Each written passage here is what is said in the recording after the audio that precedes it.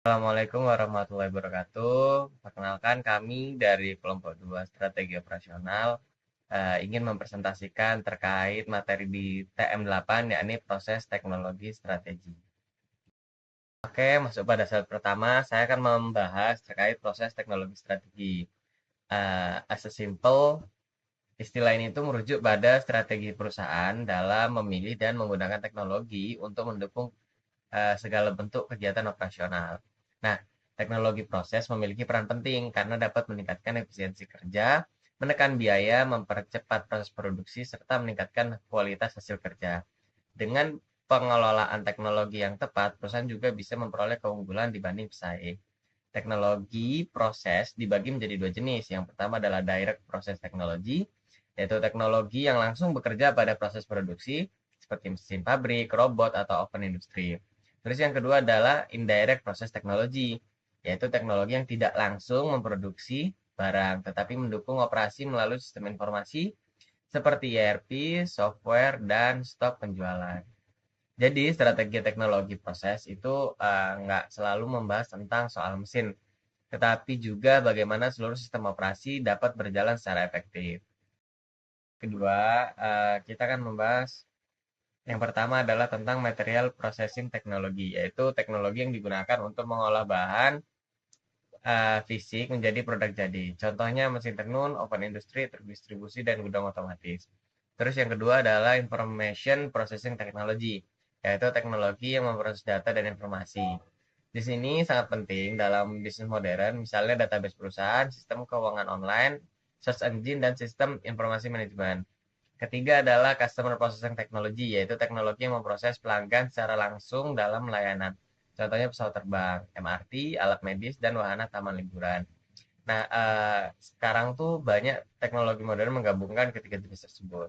Misalnya di bandara, penumpang diproses sebagai customer, tiket diproses sebagai information, dan bagasi diproses sebagai material. Hal ini tuh menunjukkan bahwa teknologi semakin terintegrasi dan kompleks.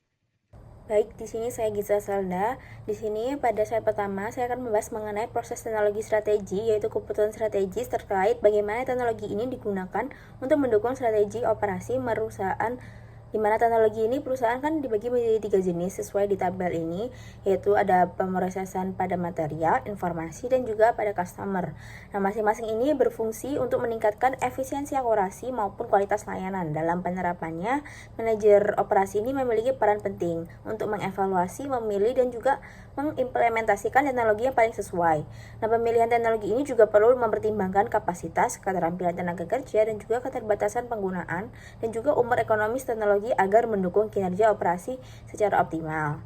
Kemudian pada slide selanjutnya yang kedua ini dibahas mengenai teknologi planning dan juga teknologi road mapping. Road mapping ini juga disebut dengan TRM, di mana ini adalah peta jalan strategis yang membantu perusahaan menyelaraskan investasi teknologi dengan kebutuhan pasar dan juga pengembangan kapasitas operasi. Di dalamnya ini terdapat elemen seperti tujuan bisnis, perkembangan pasar, teknologi yang dibutuhkan, dan juga timeline implementasi. Di sini juga memiliki manfaat utama, yaitu teknologi road mapping ini adalah untuk membantu perusahaan menentukan arah dan prioritas pengembangan teknologi secara lebih terstruktur dan juga menyatukan berbagai stakeholder dalam pemrosesan perencanaan. Dan juga walaupun ini tidak secara langsung memberi solusi strategi, TRM ini berfungsi sebagai panduan penting dalam evaluasi strategi terkait tentang teknologi perusahaan ini. Oke, selanjutnya kita akan membahas mengenai proses teknologi should reflect volume and validity. Yang pertama itu scale atau scalability, di mana the capacity of each unit of technology. Proses teknologi harus disesuaikan dengan volume dan variasi. Volume tinggi dengan variasi rendah cenderung menggunakan teknologi bersifat khusus atau dedicated. Sedangkan volume rendah dengan variasi tinggi membutuhkan teknologi yang fleksibel. Nah, skala mengacu pada kapasitas setiap unit teknologi. Skala besar memberikan efisiensi biaya melalui economies of scale, namun kurang fleksibel dan beresiko tinggi jika terjadi kegagalan. Sebaliknya, skala kecil lebih fleksibel, adaptif terhadap perubahan dan lebih robust, meskipun kurang efisien. Dalam konteks teknologi informasi, konsep ini berkembang menjadi scalability, yaitu kemampuan sistem untuk menyesuaikan kapasitas secara cepat dan fleksibel. Scalability sangat bergantung pada integrasi sistem atau connectivity, sehingga banyak organisasi mengadopsi sistem terintegrasi seperti ERP. Nah, selanjutnya ada degree of automation atau analytic content, di mana what can each unit of technology do. Nah, degree of automation menunjukkan sejauh mana teknologi dapat beroperasi tanpa intervensi manusia. Otomatisasi ini meningkatkan efisiensi, kecepatan, dan konsistensi, namun tidak selalu menurunkan biaya secara keseluruhan karena tingginya investasi, pemeliharaan, dan kebutuhan tenaga ahli. Nah, selain itu juga otomatisasi ini yang tinggi dapat mengurangi fleksibilitas dan juga meningkatkan resiko kegagalan. Nah, dalam teknologi informasi, konsep ini itu berkembang menjadi analytic content, yaitu kemampuan sistem dalam mengolah data dan mendukung pengambilan keputusan. Analytic content dipengaruhi oleh dua faktor utama. Yang pertama itu parallel processing, yaitu kemampuan menjalankan proses secara simultan, dan tingkat interaksi pelanggan, yang menentukan kompleksitas informasi yang harus diproses. Secara keseluruhan, fokus tidak hanya pada tingkat otomatisasi, tetapi juga pada kemampuan analitis teknologi dalam menangani kompleksitas operasional. Baik, melanjutkan dari pembahasan sebelumnya, di bagian ini kita bahas degree of coupling atau connectivity, yaitu tingkat keterhubungan antar proses dalam operasi. Jadi coupling itu integrasi antar proses, misalnya antar mesin atau sistem, yang bikin proses lebih efisien dan sinkron. Tapi resikonya kalau satu gagal bisa berdampak ke semua. Sekarang berkembang jadi connectivity, yaitu keterhubungan berbasis IT yang lebih fleksibel, misalnya supaya bisa akses data secara real time. Jadi semakin tinggi connectivity, proses semakin cepat, data terkoordinasi, tapi juga ada risiko seperti keamanan data. Melanjutkan dari pembahasan sebelumnya tentang proses teknologi, sekarang kita masuk ke konsep product process metric. Konsep ini menjelaskan hubungan antara kebutuhan pasar, yaitu volume dan variety, dengan pilihan teknologi operasi seperti scale, automation, dan coupling.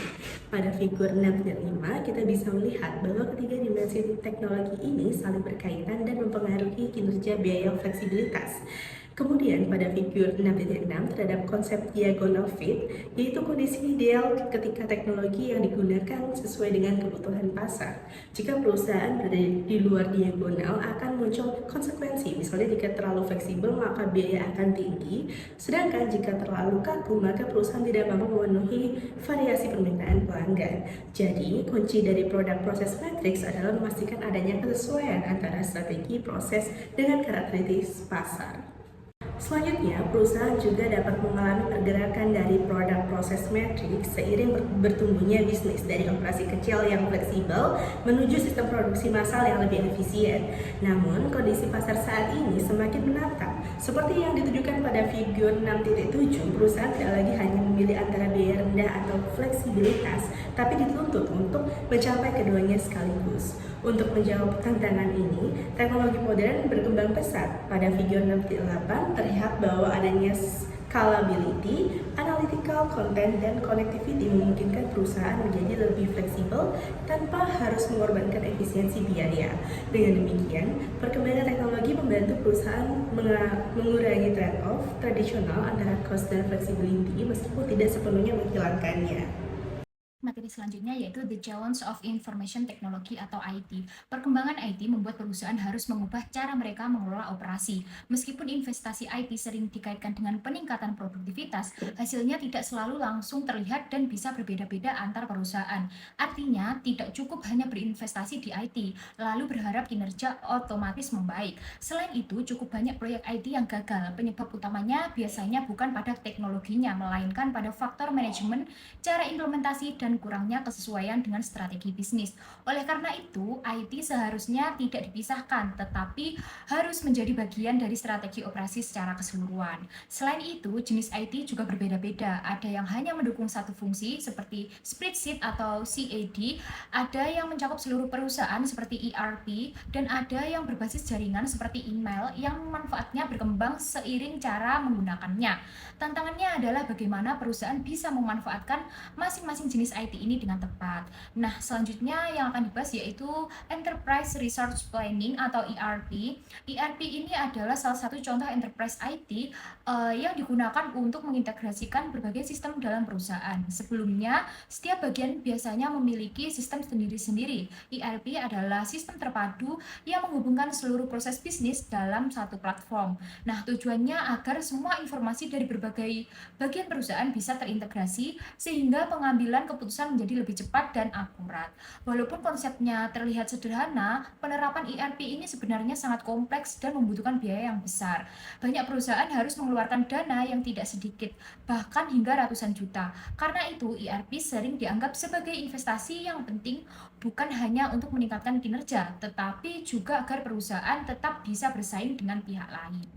Materi selanjutnya yaitu evaluating proses teknologi. Evaluasi teknologi proses adalah proses menilai apakah suatu teknologi layak digunakan oleh perusahaan atau tidak. Penilaian ini tidak hanya melihat dari sisi teknis, tetapi juga dampaknya terhadap strategi perusahaan secara keseluruhan. Nah, setiap teknologi bisa memiliki kriteria penilaian yang berbeda tergantung pada karakteristiknya. Namun, secara umum ada 3 aspek utama yang selalu dipertimbangkan, yaitu kelayakan atau visibility, penerimaan atau acceptability, dan resiko atau vulnerability. Kelayakan berkaitan dengan kemampuan perusahaan dalam menerapkan teknologi. Penerimaan melihat manfaat yang dihasilkan, dan resiko menilai dampak jika terjadi kegagalan. Nah, kali ini kita akan membahas mengenai evaluating feasibility. Setiap keputusan untuk mengadopsi teknologi membutuhkan berbagai sumber daya seperti dana, tenaga kerja, waktu, dan fasilitas. Oleh karena itu, suatu teknologi dianggap layak jika kebutuhan sumber dayanya dapat dipenuhi oleh perusahaan. Penilaian kelayakan tidak hanya melihat apakah sumber daya tersedia, tetapi juga apakah perusahaan siap menggunakannya secara efektif. Nah, dalam menilai kelayakan ada beberapa hal penting yang perlu diperhatikan. Yang pertama yaitu kebutuhan keahlian. Setiap teknologi membutuhkan keterampilan tertentu. Jika teknologinya mirip dengan yang sudah ada, biasanya perusahaan sudah memiliki kemampuan yang dibutuhkan. Tapi kalau teknologinya benar-benar baru, perusahaan harus memastikan apakah tenaga kerja yang memiliki keahlian tersebut tersedia atau perlu dilatih terlebih dahulu. Yang kedua yaitu jumlah sumber daya yang dibutuhkan. Ini mencakup jumlah tenaga kerja, fasilitas ruang, dan waktu yang diperlukan untuk menerapkan teknologi. Kebutuhan ini juga berkaitan dengan waktu. Bisa saja perusahaan sebenarnya mampu, tapi tidak dalam waktu dekat karena sumber dayanya sedang digunakan untuk proyek yang lain. Yang ketiga yaitu kebutuhan dana. Dalam banyak kasus, faktor keuangan menjadi penentu utama. Perusahaan harus memastikan bahwa dana yang dimiliki cukup untuk membiayai seluruh proses implementasi, mulai dari awal hingga teknologi tersebut bisa berjalan dengan baik dan memberikan hasil. Yang keempat yaitu kemampuan perusahaan menghadapi perubahan. Meskipun semua sumber daya tersedia, perubahan besar yang dibawa oleh teknologi baru bisa menjadi tantangan tersendiri. Jika perubahan tersebut terlalu drastis dalam waktu yang singkat, perusahaan bisa kesulitan beradaptasi. Jadi, bukan hanya jumlah sumber daya yang penting, tapi juga seberapa cepat perubahan itu terjadi. Nah, dalam beberapa kasus, perusahaan justru menunda atau menolak teknologi baru karena merasa belum siap menghadapi perubahan sebesar itu. Selanjutnya, kita akan membahas mengenai evaluating proses teknologi. Jadi, evaluasi teknologi proses pada dasarnya adalah proses menentukan nilai atau kelayakan suatu teknologi dengan memahami konsekuensi strategis dari setiap alternatif yang ada. Nah, evaluasi ini itu tidak memiliki standar tunggal karena sangat bergantung pada karakteristik teknologi yang dinilai. Namun, secara umum itu mencakup 3 dimensi utama, yaitu feasibility, yang artinya kelayakan implementasi, kemudian tingkat penerimaan atau manfaat strategis atau acceptability, serta tingkat resiko atau kerentanan vulnerability. Nah, evaluasi itu bertujuan untuk menilai sejauh mana suatu teknologi layak diadopsi dengan mempertimbangkan kebutuhan sumber daya, kontribusi terhadap tujuan strategis, serta resiko yang mungkin muncul. Nah, proses ini itu menuntut analisis menyeluruh, bukan hanya dari sisi teknis, tetapi juga manajerial dan strategis. Selanjutnya, berlanjut pada assessing financial requirements. Jadi, penilaian kebutuhan finansial itu merupakan bagian penting dalam menentukan kelayakan teknologi proses, karena hampir semua keputusan teknologi itu berkaitan langsung dengan investasi.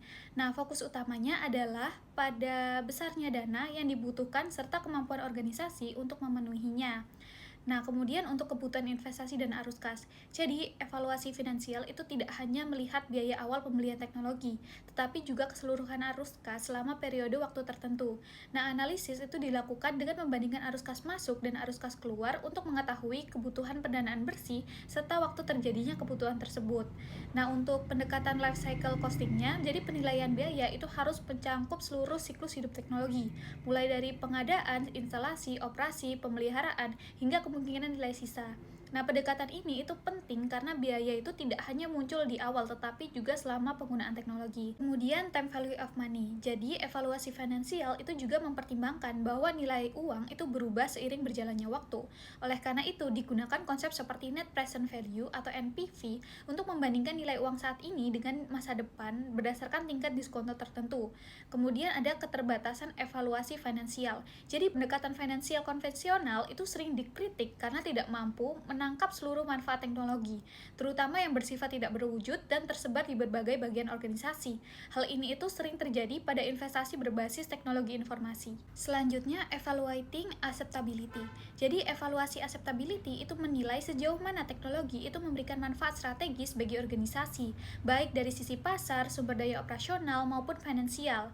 Nah, fokusnya itu bukan hanya pada keuntungan finansial, tetapi juga berkontribusi terhadap kinerja operasi secara keseluruhan. Nah, kemudian dari perspektif finansial. Nah, acceptability dari sisi finansial itu menilai apakah investasi teknologi itu menghasilkan manfaat yang sepadan dengan biaya yang dikeluarkan. Nah, penilaian ini itu mempertimbangkan konsep biaya dari sudut pandang akuntansi maupun ekonomi, termasuk opportunity cost sebagai alternatif penggunaan dana. Nah, kemudian dampaknya terhadap kebutuhan pasar. Nah, teknologi itu harus dievaluasi berdasarkan kontribusinya terhadap kinerja operasional seperti kualitas, kecepatan, keandalan, dan fleksibilitas, serta biaya. Nah, setiap dimensi ini itu harus dianalisis sesuai dengan tingkat kepentingannya terhadap posisi pasar organisasi, karena tidak semua itu memiliki bobot yang sama. Nah, selain itu, penting juga untuk memahami bahwa manfaat teknologi itu tidak hanya terbatas pada pengurangan biaya, tetapi juga dapat membuka peluang pasar baru dan meningkatkan nilai bagi pelanggan. Kemudian, dampak terhadap sumber daya operasi. Nah, evaluasi juga mencakup kontribusi teknologi terhadap keunggulan kompetitif jangka panjang melalui sumber daya operasional.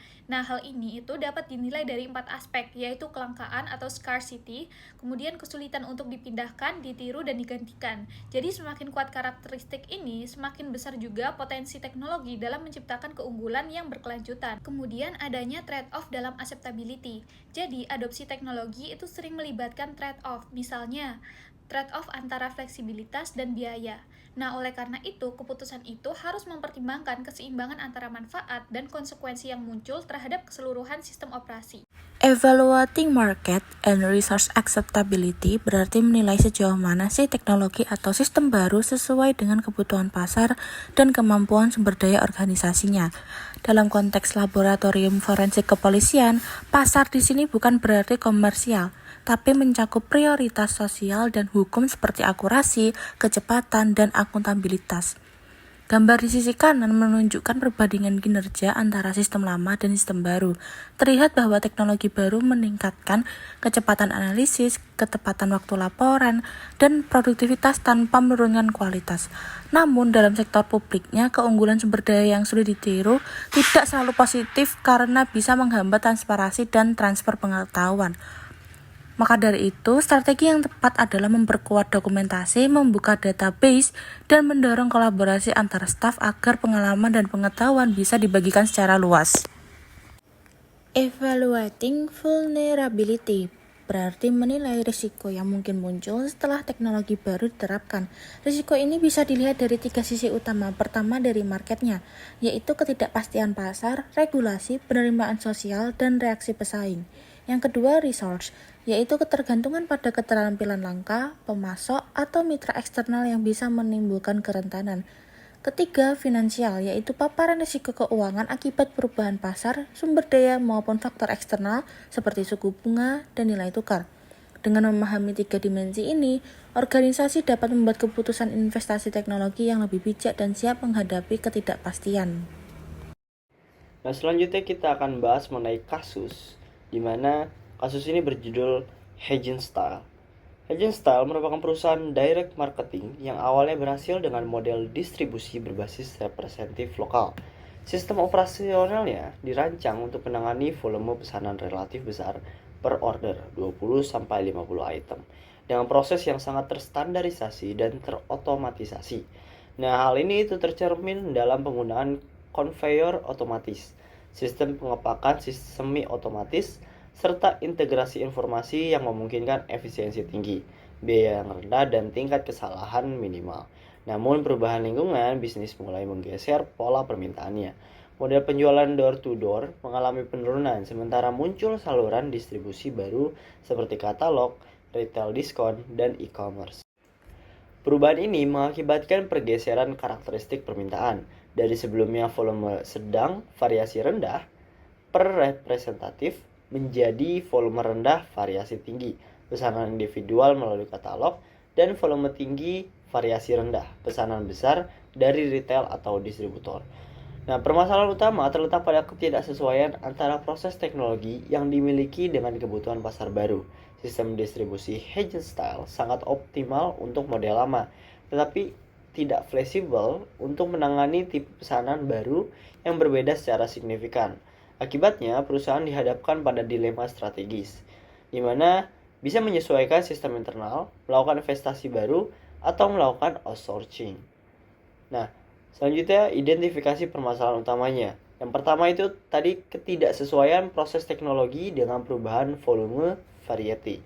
Nah, sistem Haggen Style dirancang untuk pesanan dalam jumlah sedang, variasi produk yang terbatas, dan pengiriman yang representatif, bukan pelanggan individu. Namun, saluran baru membutuhkan pesanan kecil dan beragam, seperti pada katalog atau e-commerce. Lalu pesanan besar dan seragam pada retail.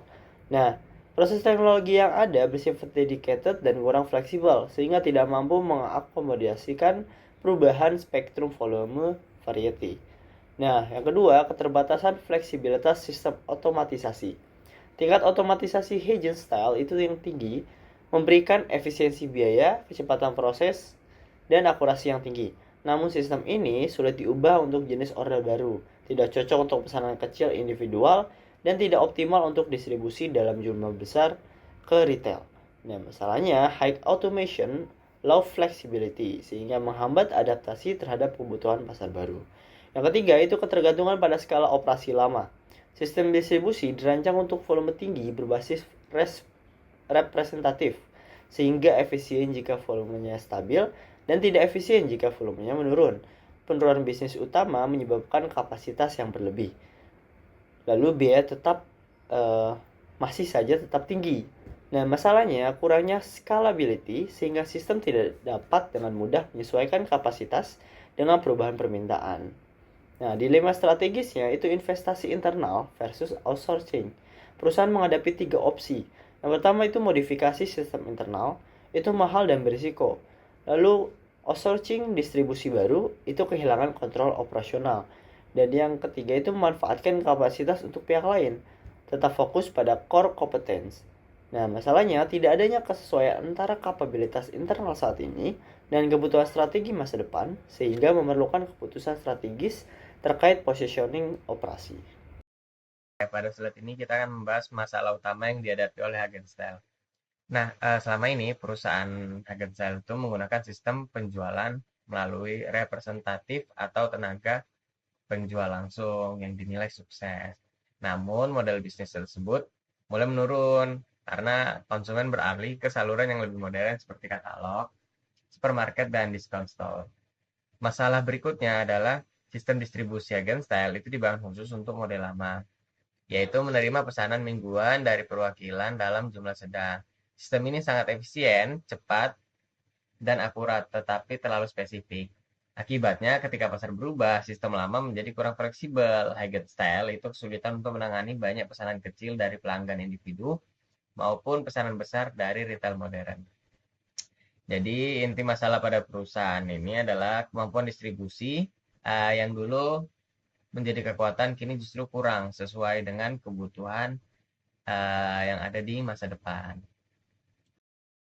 Pada saat ini juga kita akan membahas terkait apakah sistem distribusi Haggen Style ini masih relevan dengan strateginya.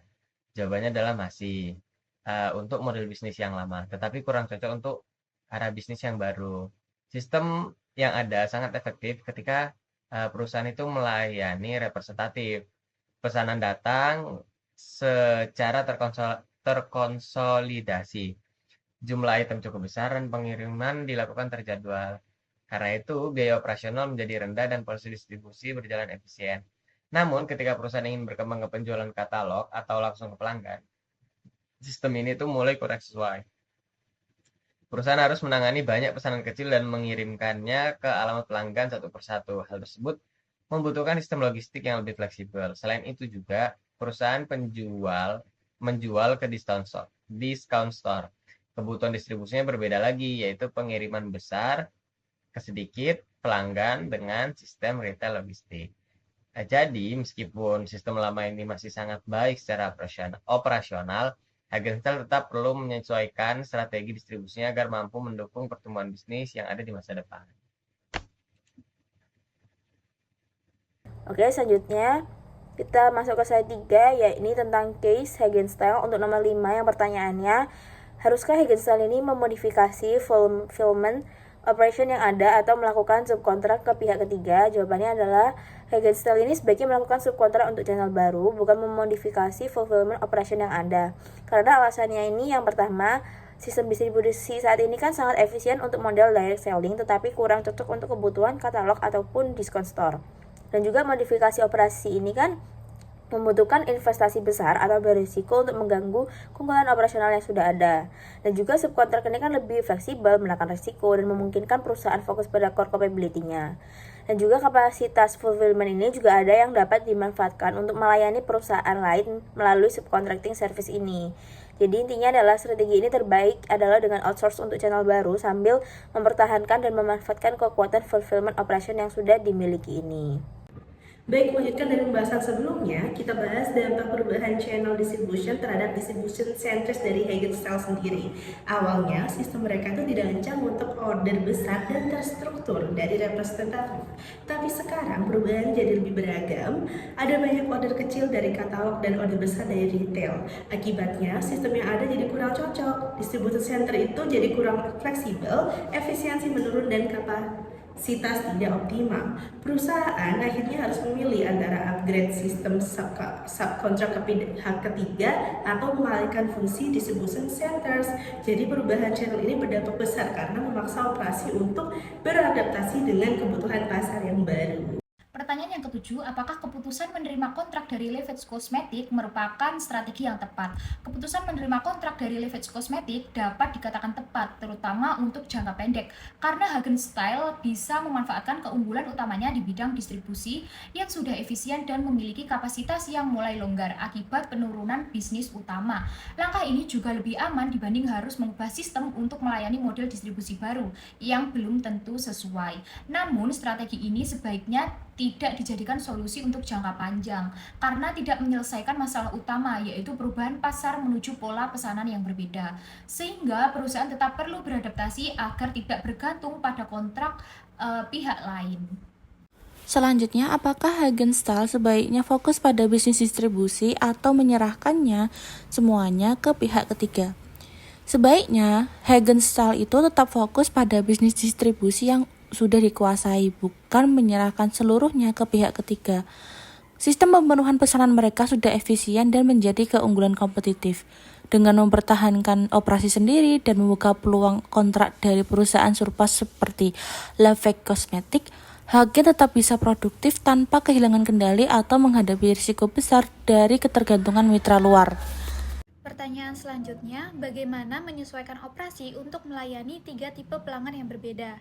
Nah, berdasarkan kasus, Hagenstyle itu menghadapi 3 tipe pelanggan. Yang pertama adalah pelanggan yang melalui representatif atau model lama.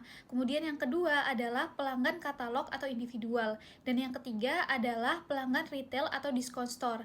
Nah, perbedaan utama ketiganya itu terletak pada volume dan variasi pesanan, sehingga penyesuaian operasi itu harus mengikuti prinsip volume volume variety dalam teori proses teknologi.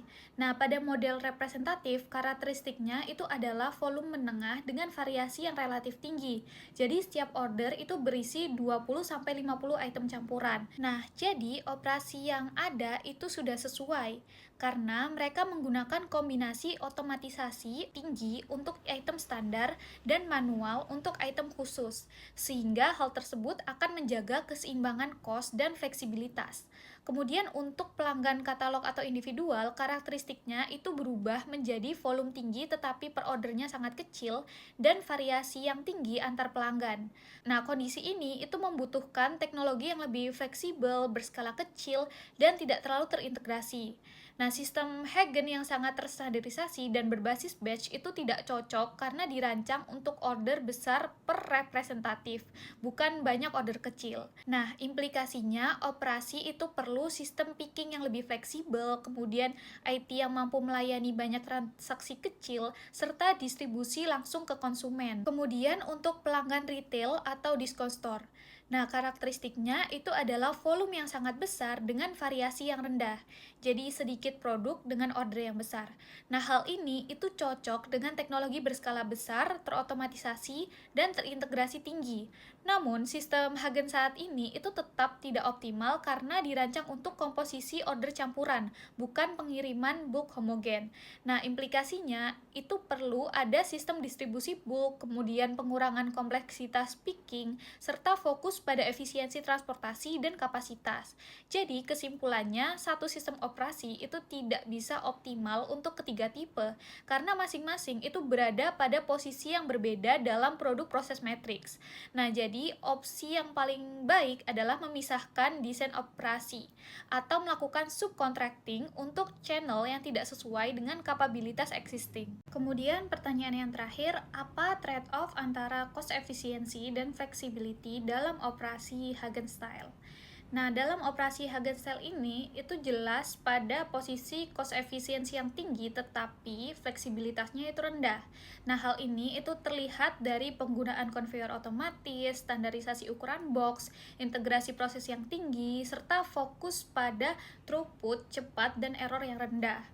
Nah, karakteristik tersebut itu adalah ciri-ciri high volume, low variety proses teknologi yang memang menghasilkan biaya rendah tetapi mengorbankan fleksibilitas. Nah, trade-off yang muncul yang pertama adalah otomatisasi dan integrasi yang tinggi menurunkan biaya per unit tetapi membuat sistem kaku.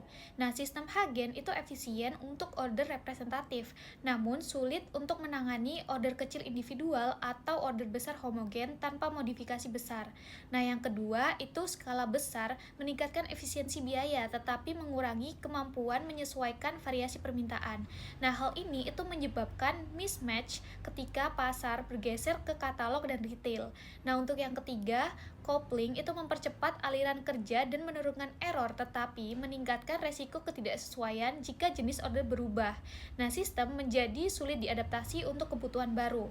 Kemudian dalam konteks Hagen Style, trade-off ini itu menjadi kenyataan ketika perusahaan itu mencoba masuk ke channel baru.